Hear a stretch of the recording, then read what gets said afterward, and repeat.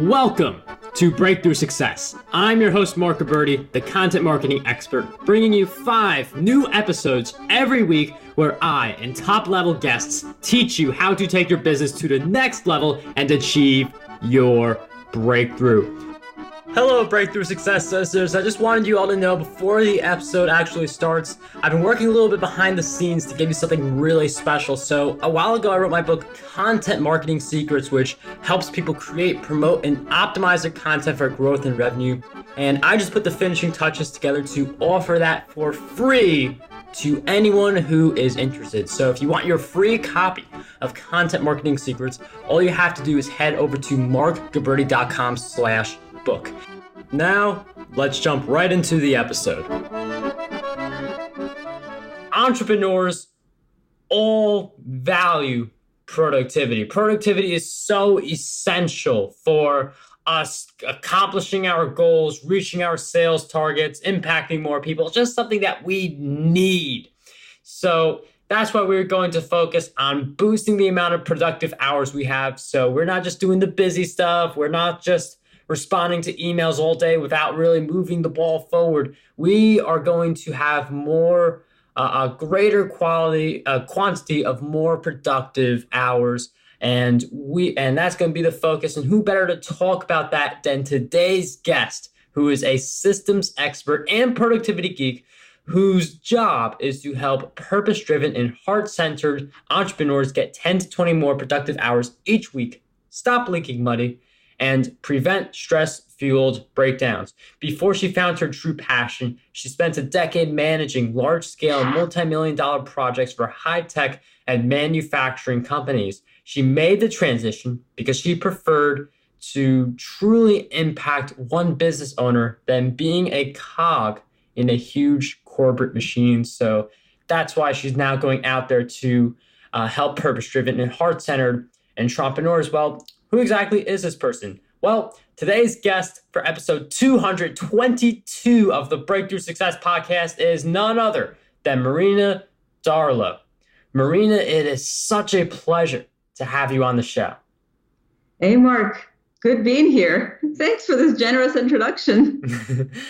Marina, I'm really happy to have you on the show, and productivity is just something that no matter how much you know about it, you just want to continue learning more about it. And we entrepreneurs just value productivity because we understand that being productive allows us to get the results that we're going after. So that's why we're going to focus on that during our time together. But before we get deep into that, I'm wondering if you could just give us some background and share with us why you decided to begin to help people with boosting their productivity. There are 2 reasons for that. One, this is my comfort zone. I'm very, I feel safe when I talk about productivity. This is what I do well. This is what I feel comfortable doing. So it's kind of naturally a thing for me. It's something that I learned pretty early on when I was thrown into the deep waters of my first job in the US, which was probably 5 sizes bigger than I still think they made a hiring mistake. So I had to learn really fast. So that's reason number 1. Right now, productivity and systems is something that makes me feel comfortable, makes me, lower my anxiety levels. Sorry. And reason number 2, I firmly believe that entrepreneurship, especially one that's really driven from the heart, from the desire to serve people, is the biggest power to change the world. It may sound pompous, but I really do believe that people out there, a select few who have the courage and have the energy and the creativity, these are the ones that are making a true difference. Now, I'm there to support these people because I'll be honest, I don't necessarily have the most groundbreaking ideas when it comes to big tectonic shifts. But I can be a brilliant COO to these people. Entrepreneurs that I work with, the world changers, the visionaries, very often are the very people who struggle with systems. Why? because a visionary and a manager are actually two pretty different skill sets. Never mind two pretty different personality trait sets. They sometimes overlap, but this is kind of rare. So every visionary needs an operations person. And this is where I come in. This is why people come to me, because I believe in them and I can help with the operations. I can take all the mundane stuff on myself so the visionary can continue to create. Marina, thank you for sharing with us a little bit of how you got started in helping people boost their productivity. And one of the things that you help people with is, as we mentioned a little earlier, helping people get those 10 to 20 more productive hours back each week. And I'm wondering how exactly do you get that? I mean, like, obviously it differs for each person, differs for each work ethic, existing systems and things like that. But for the typical entrepreneur, how are you getting 10 to 20 more productive hours back for that individual? Great question. So there are a few deciding factors. First of all, let's start with the overlooked one. Do you know what your focus patterns are? And what I mean by that is, do you know how you focus best? And if I'm even more specific, do you know how you focus on creative tasks best? Do you work really well and get immersed in your work if you have no less than 2 hours? Or would an hour and a half be enough?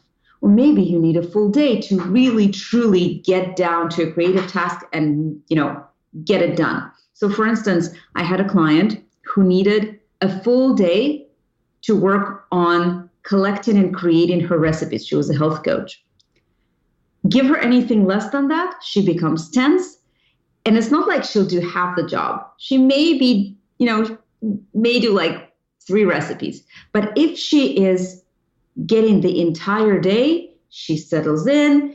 And once she gets going, she gets going. So the entire chapter gets accomplished.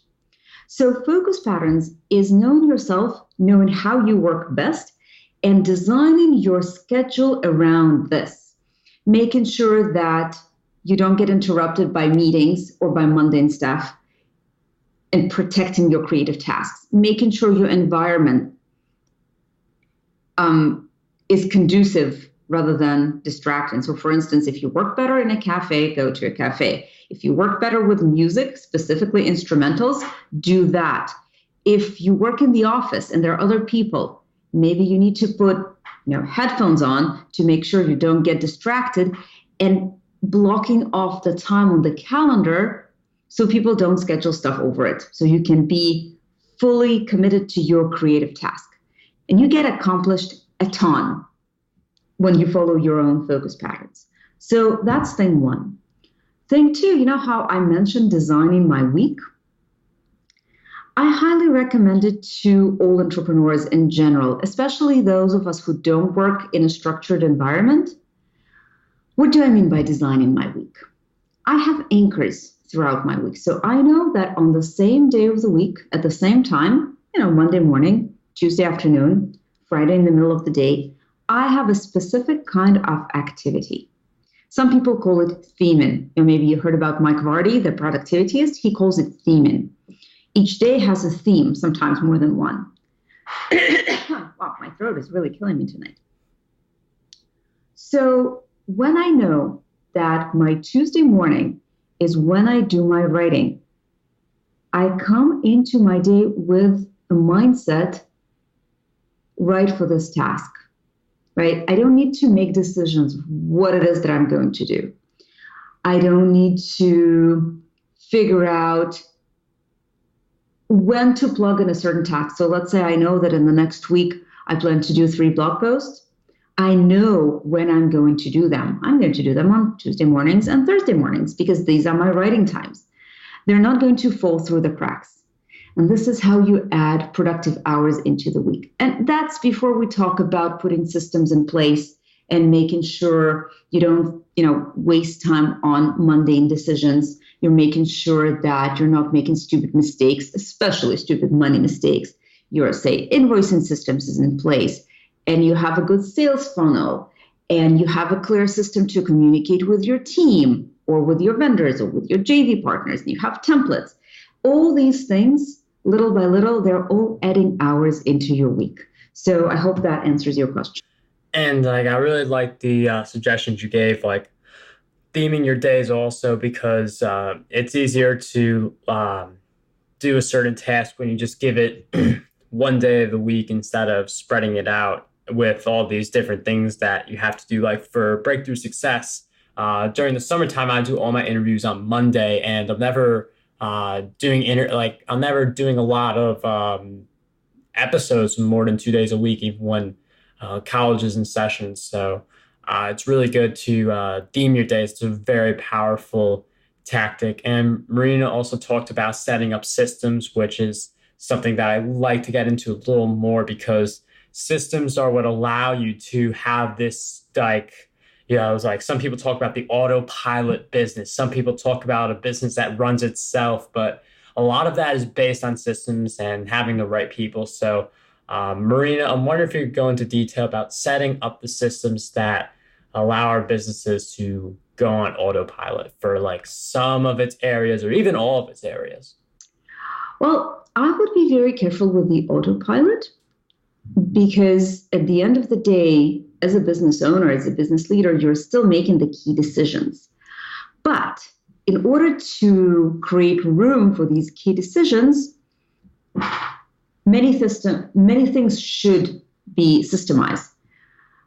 Now, when we talk about systems, there are some absolutely essential ones, and there are some that are nice to have. What are the essential ones? The non-negotiables. I have a bunch of different talks and workshops, and I always speak about the systems that are absolutely non-negotiable if you want to survive in your business. First, systems to do with money. Money mistakes are costly in a very literal sense.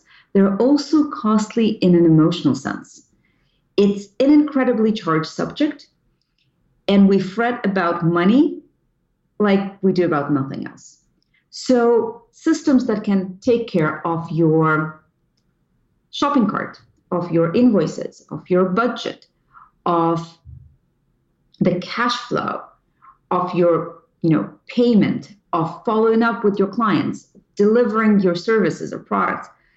Everything that can be automated there should be automated, because this just takes out so much stress. Never mind the time. Of course, it saves time. Of course, it saves money, but it also saves an enormous amount of stress and anxiety. So systems around money have to be in place. And again, which systems? Everything to do with invoicing and payment, sales funnels. If you're really good, a great systems for budgeting.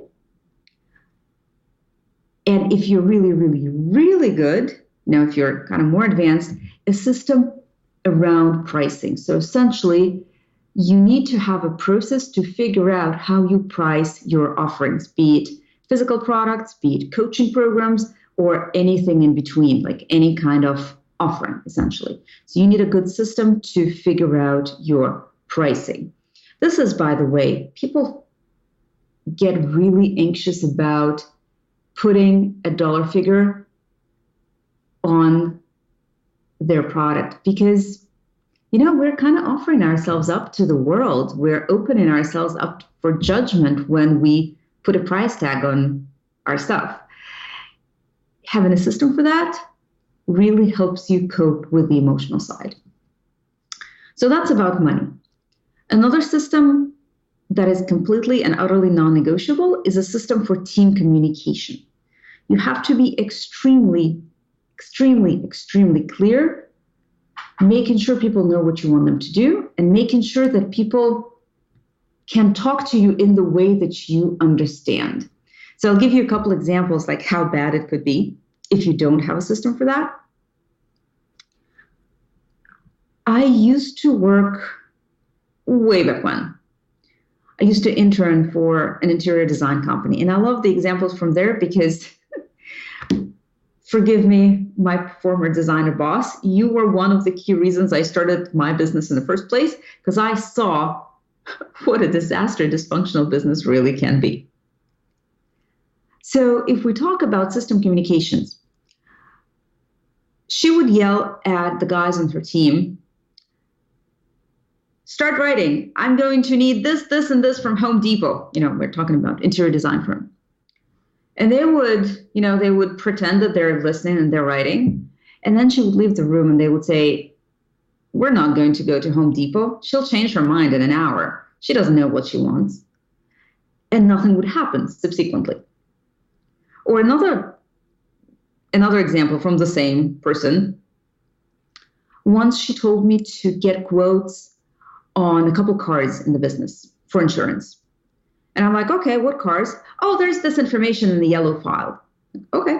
I spend the next 3 hours going over different insurance quotes with different companies and very happily presented it to her at the end of the process.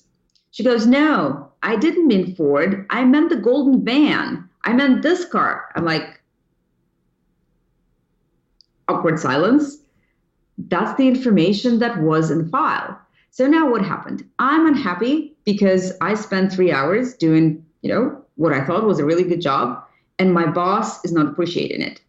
She's unhappy because the stupid intern couldn't figure out what to do, and now it's not done, and she needs to do it herself. Why the heck does she need to do everything herself in this business? Why it's been at 8 years and it's all so hard. So here is what happens when you have a bad system for communicating with your team, right? Things don't get done and your team stops respecting you and everybody's unhappy and you need to do everything yourself. So you absolutely need a good, clear system for communications. What it usually includes, probably a weekly meeting with a very clear agenda. When you could start with what's done, what's wrong, what went wrong, what's next, what are you proud of? And a great tip that I got from Henry Lopez from The How of Business is start with a positive. Make sure your team tells you about the good things. This way, people are actually looking forward to these meetings. They don't skip them, and they're much more inclined to cooperate with you. Right? You build a strong relationship, you build better trust. So this is how you deal with team communication systems.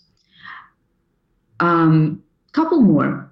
Obviously, a good system for managing your time. We talked about theming. I would throw in 2 more things about time management. One, on the very granular level, put everything you can on reminders. You don't need to think about stuff. Like, you don't need to keep things in your head.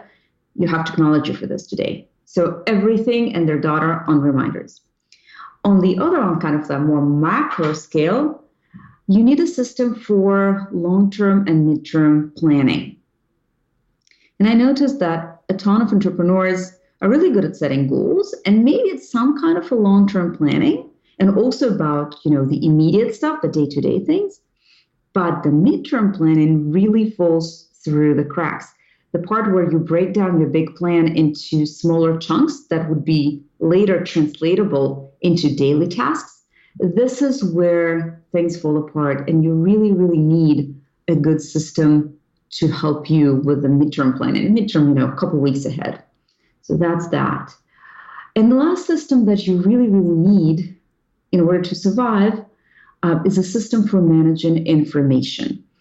And that could be as easy as a good filing tree on your Google Drive or your Dropbox, or a good system to manage your email. That's actually, if you have 5-digit number of unreads in your inbox, you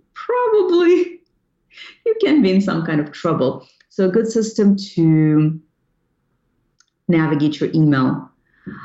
I think these are the essentials. I'm not talking about sales because it combines communications and money. But some people say that sales is such a big issue, it's such a lifeblood of a business that you need a systems for sales per se, like it deserves its own title. I sometimes see it as a combination of communications and money. So there's that. Marina, thank you for sharing with us all the different systems that we need to adopt, and that idea of automating as many things as we could automate. That is going to take away a lot of the stress. So, like, there's a time to create a system to make it easier for you. There's a time to create a system for someone else, so it's easier for them. And there's a time where you can just automate the process as well. So, there's a lot of different ways to approach creating a system that achieves the end goal of allowing us to save more hours while getting a better result. But when it comes to productivity, obviously, like, some people are more productive than others, but what do you believe holds most people back from reaching a very high level of productivity? That's pretty deep. I think there are a number of reasons. Reason number one is probably, well, I can't rank them. You know what? So I'll throw out the few most common. It's anxiety levels. When we're anxious, it's very hard for us to be productive. And sometimes, the lack of sleep and bad food and lack of self-care really play into that, because that could really increase our anxieties. Mindset work, lack of support system, lack of accountability, all these things, they all contribute to our anxiety levels. And let me tell you, when you are stressed and anxious, you don't do your best work. You don't do your best work. The sense of not being fully in control is wasting a ton of time, not just, a very practical sense, not just your mental energy wasted, it's like literal minutes, hours on the day, because you sit there and you worry and you fret, and you feel that you're so not in control, you can't outsource. That's another thing, right? If you don't have a good process that you can hand over to somebody else and you do everything yourself, you're inevitably going to hurt your productivity, because you are not equally good at everything. You're good in a few, zones of genius. Speaking of, I think the more we stay in our zone of genius, the more productive we are. So for instance, if you are a marketer, but you really don't feel like doing Excel spreadsheets, go ahead, outsource your Excels. Go ahead, outsource, your sales funnels. Do the marketing copy, because this is where you shine, right? Go build a website because you're a website builder. This is what you do really well. Don't deal with design, hire a designer. So being productive is very much about staying in your zone of genius and not feeling too much anxiety. Another, like, why people don't reach their peak productivity, we kind of talked about this, but people are disorganized. And what do I mean by that? People waste a lot of time on decisions that they're not really supposed to make.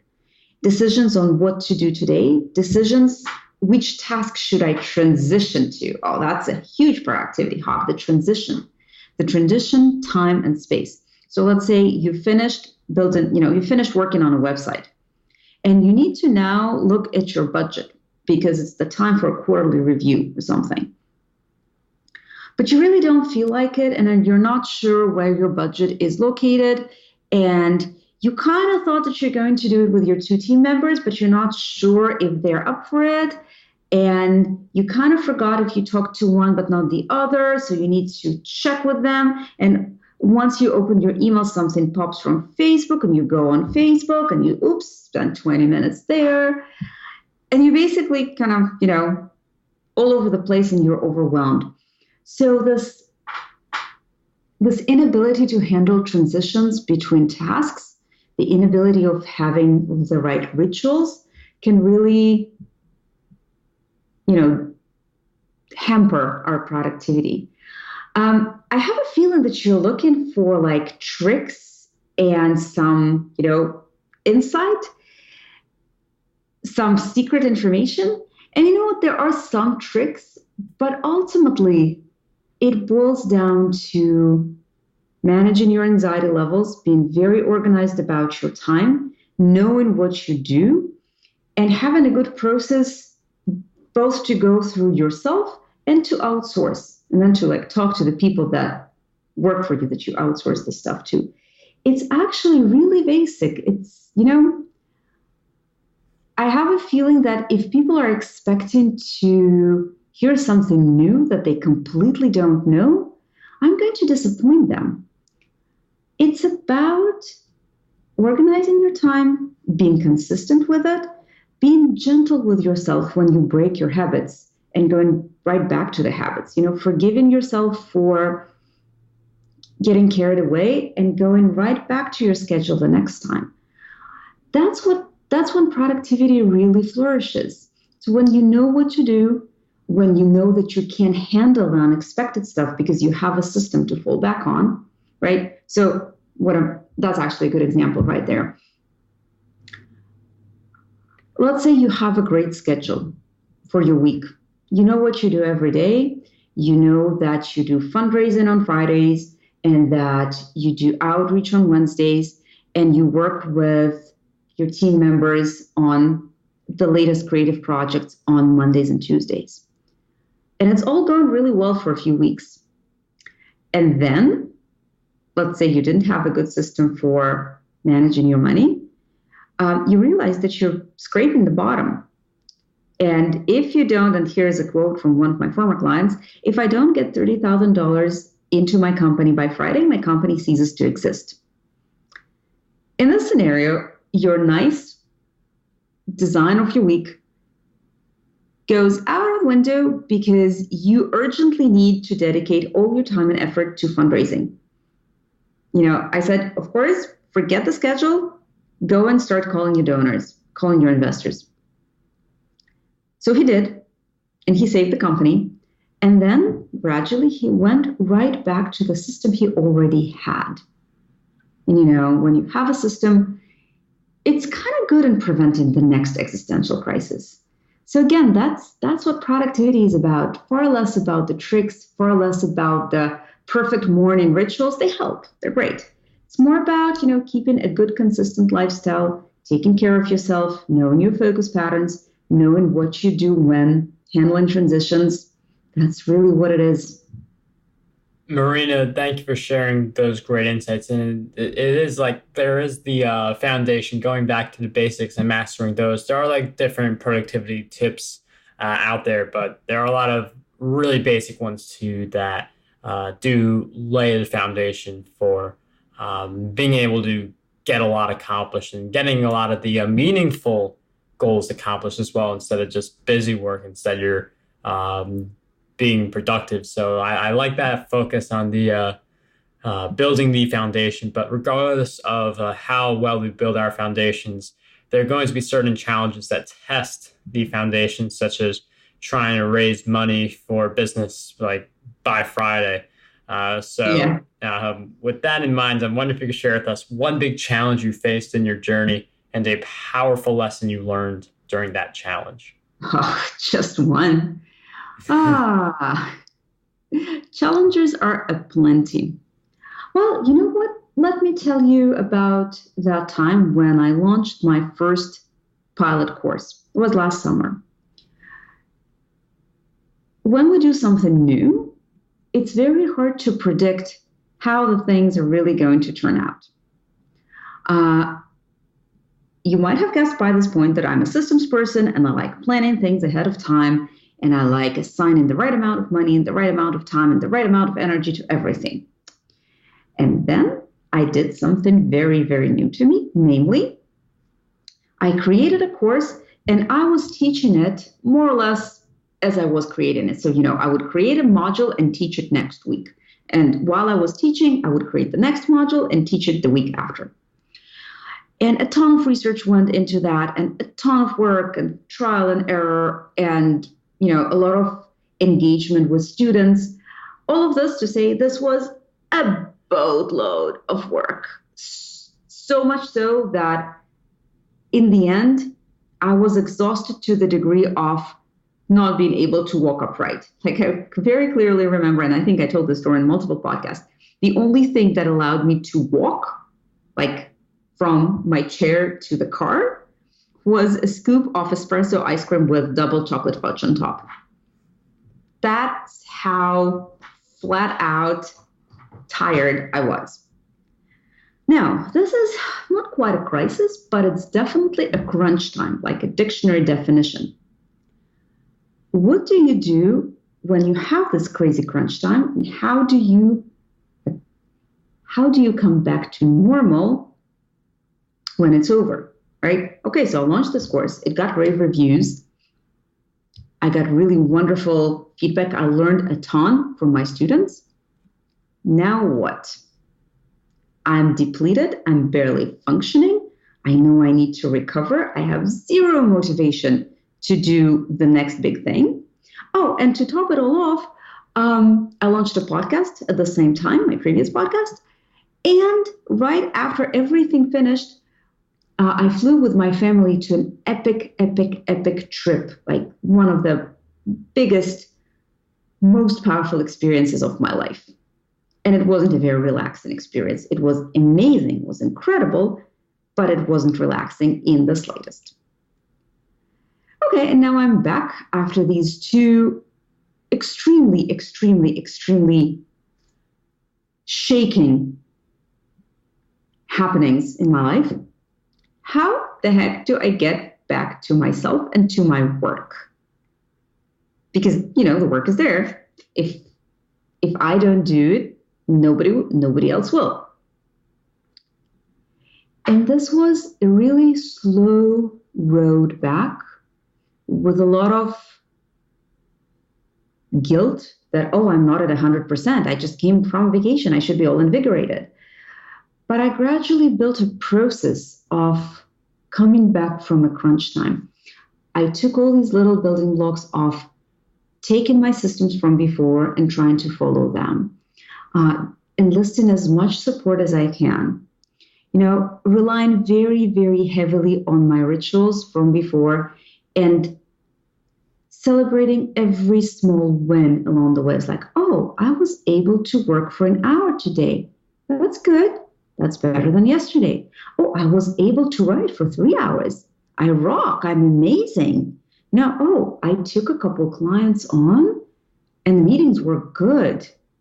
All right. I think I'm becoming human again. And you celebrate and you record all these small wins. You build up the motivation. You build up the momentum again after the crunch time. And you constantly engage in this self-forgiveness, like, okay, don't beat yourself up. You're not 100%. That's normal. You'll be at 100%. And the fewer, the less you beat yourself over it, the sooner you'll be back in the saddle. So now I have, I've done it. So I have a full blog series about it. If you want, I can give you the link in the show notes. How do you come back from a serious crunch time? And now I can teach it.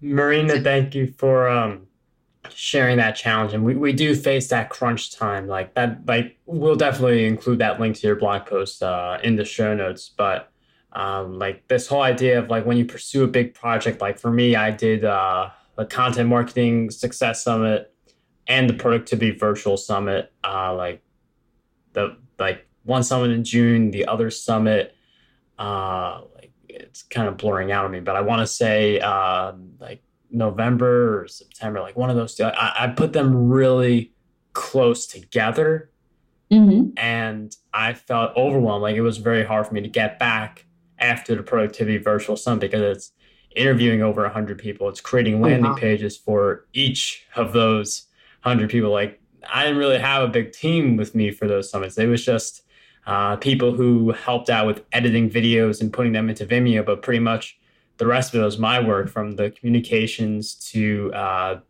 being the JV manager. So I did feel the overwhelm. So it's just something that like stuff like that happens, and it's just being able to take some time off, being able to reinvigorate. So I feel like your challenge is very relatable to a lot of people who pursue the big project recently. And just one of the ways that helped me and continues helping me to this day is acquiring as much knowledge as possible. So with that in mind, Marina, I'm wondering if you could share with us 3 great books that you believe will have a positive impact on us.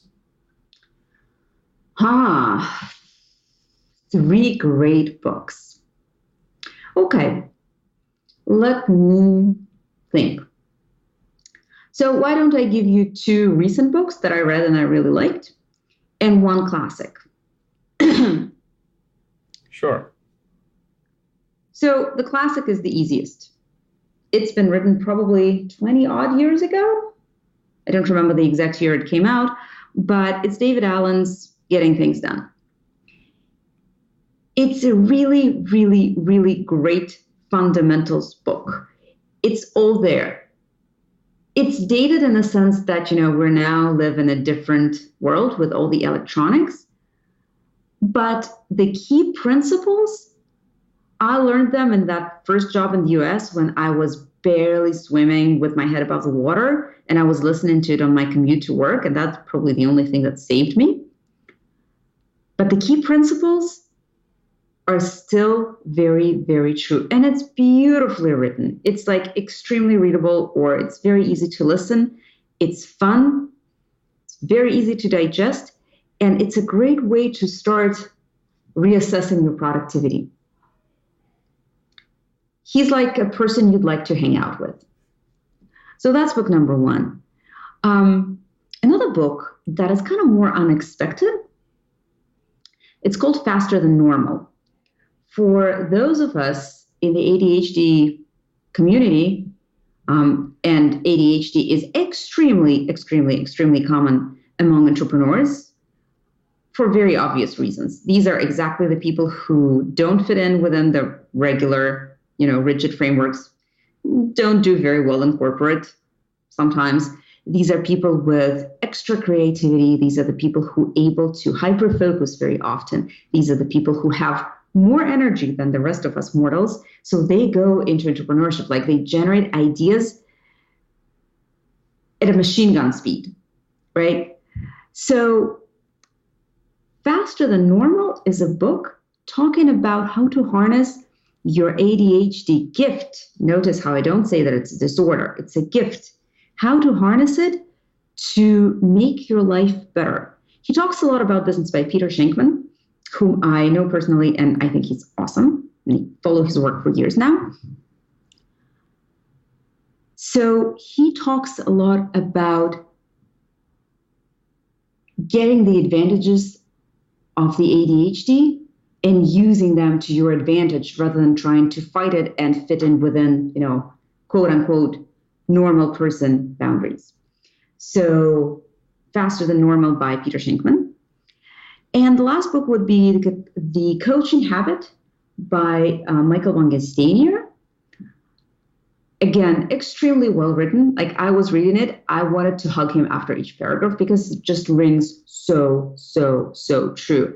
It's especially helpful if you have a small team, but not necessarily, because he approaches business from a coaching perspective. Like this book helps you ask the right questions and view the world in a much clearer way. Like it really helps you make better decisions and be more confident and relaxed in the process. I know it may sound a little woo-woo, but trust me, it's extremely practical. So there you go. Coaching Habit by Michael Stanier. Marina, thank you for sharing those great book recommendations. We'll include all of those in the show notes, markberry.com/E222. And for anyone who wants their copy of Content Marketing Secrets, that will also be in the show notes, but the link to that is markberry.com/book. And before we wrap up this episode, Marina, I've asked you several questions throughout our time together, but what do you believe is one question that we need to be asking ourselves more often? Wow. Can I take a moment to think? Yeah, sure. You know what? Here's the question you should be asking yourself more often. Is this really valuable? What do I mean by that? You know this Pareto principle when 20% of your input gets you 80% of your output? Familiar with that? Yes. 20% of your client bring 80% of your revenue, and so on and so forth. Obviously, it's a principle, so it doesn't always work this way. But as a guideline, you should be asking yourself more often when you do something, is it within this 20 proverbial percent? Is that really meaningful? Is that the thing that I should be doing to really bring more revenue, to bring more reach out, to bring more impact, to bring better service? So for every activity, you should ask yourself, is it really within the 20%? Marina, thank you for sharing with us that great question. And we should continue thinking about what is in that 20% and just focus on the few things that lead to the most results. So thank you for sharing with us that great question, all of your great insights throughout this episode. And for anyone who wants to keep up with Marina, she has a free course called Which System to Tackle First. A little bit based on what we talked about already. There's a lot of extra stuff in that free course as well. That link will be in the show notes. Again, marketability.com/E222. But I can't thank you enough, Marina, for taking the time to share all of your great insights with us. It was such a pleasure to have you on Breakthrough Success. Thank you, Mark. That's one super high energy podcast. So I had fun being here. You asked great questions. And, I'll continue tuning in. I'm really honored to be here. Thanks. How does over 100 retweets per day sound to you? My free ebook, 27 Ways to Get More Retweets on Twitter, has you covered. I use the methods within this ebook to get over 10,000 retweets every single quarter. To learn